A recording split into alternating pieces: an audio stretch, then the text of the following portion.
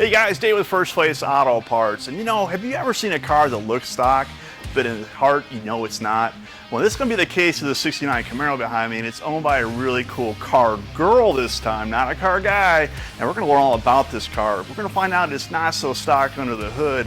As a matter of fact, I'm not sure there's a lot stock other than the color of the paint. So guys, you stay tuned. We're going to find out all about this car and its owner. Today, we're going to talk into probably one of the baddest 69 Camaros you've ever seen. So stay tuned.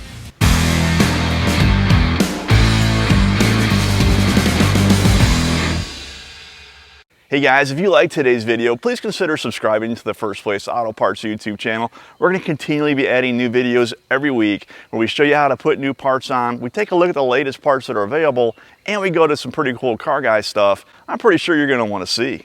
So guys, this is Stacy Tucker. She works at RPUI and she is a director of products. And RPUI is a brand of companies that includes trim parts, TRSD Brake Company, PUI Interiors, a lot of neat restoration stuff. So if there's anybody that knows a restored car, it's going to be Stacy. But now Stacy, your 69 Camaro has been around for a while and it's anything but stock, even though it looks like a beautifully restored car. What can you tell me about this thing? What don't I see? Well, there's a lot that you don't see, David, but that's the way I like it. I like it to look like a 69 Camaro, and then someone has to walk by it a second time and say, what else is different about that car? So is it like a plain wrapper with a nice Snickers bar or something? That's something where right. I got you. Okay, exactly. Cool. Exactly. So externally, I mean, let's start at the outside. I mean, it's a beautiful, what looks like the original color. But I'm guessing that there's been some modifications even to the skin, is that correct? Yes, the whole front end is carbon. So it's got OE quarters, OE roof, but the whole front end is carbon, stock doors. I couldn't help but notice when I walked up to the front of the car how wide the front tires, which means the wheels are wide too. Is there any kind of flaring that's done to fit that, or how did you fit that much wheel and tire underneath this car? There's a slight bit of flare in the carbon front fender, but it's because of the DSC subframe that allows that wide of a tire and wheel package. Okay, and how much weight did you lose on the car by going to carbon fiber versus steel? Well, before it was aluminum on the front. Oh, you had the aluminum front end on it. Wow. Went to carbon, and actually carbon's a little bit heavier than aluminum just because there's more structure there. Right. But it's stiffer, it's stronger. So this car is 3450, full of fuel and driver. Wow, that's and pretty I'm not light. going to tell you how much I weigh. No, I'm going to guess it's not a lot, but I'm pretty sure the carbon fiber made up for anything that, you know, might have been there. So, but there's a full cage in it, so that adds some weight as well. Well, and the brakes on this thing are huge. I mean, it's we used to call them run flat rotors because they're so big. If you had a flat tire, you could just drive it home on the rotor, and the car wouldn't know any difference. But what kind of a powertrain is it? Is it a big block, a small block Chevy? What are you running this thing? This is a Mast LS7 black label, and Mast has been a very good supporter of mine from day one.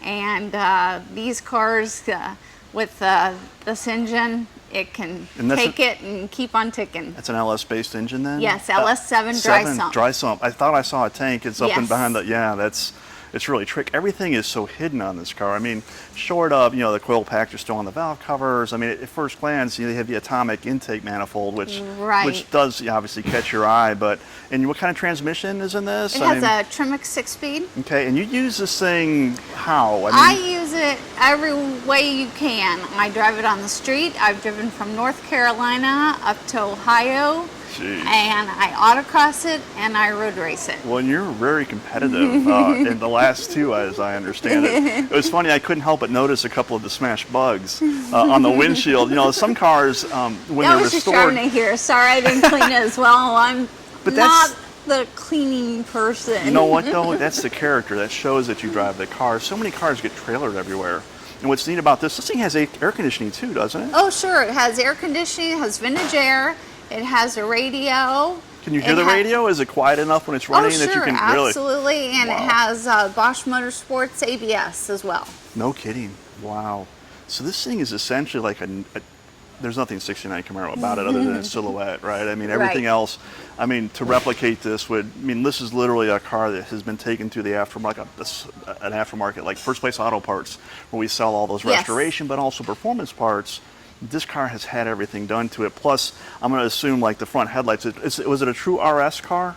It wasn't originally, but when we developed the RS motor kit to replace the vacuum, then we put the grill on and tested it. So everything has been tested on this car, and so this car's gotten a lot of testing. Oh my God, it's got to be a riot, and also very comfortable. Although the seats look like they don't give you much room to wiggle around in. So They don't, but they're very safe. So from a road course standpoint, they keep you in and they keep you safe if something were to happen. Well, how fortunate, and I don't mean this facetiously, but how fortunate is RPUI to have you as a new products person?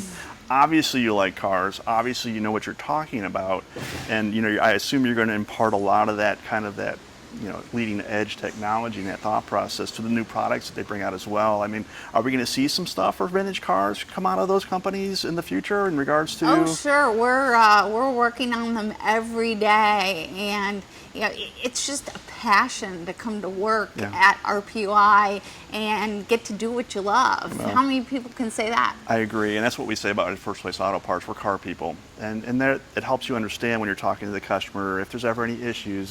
Sometimes there are, but it makes it more understandable, and you're able to deal with it better and help people out, and it's particularly with the new products, because this thing is continually evolving and changing. What's trendy, what's not. This car has been around for a long time, and it still looks amazing.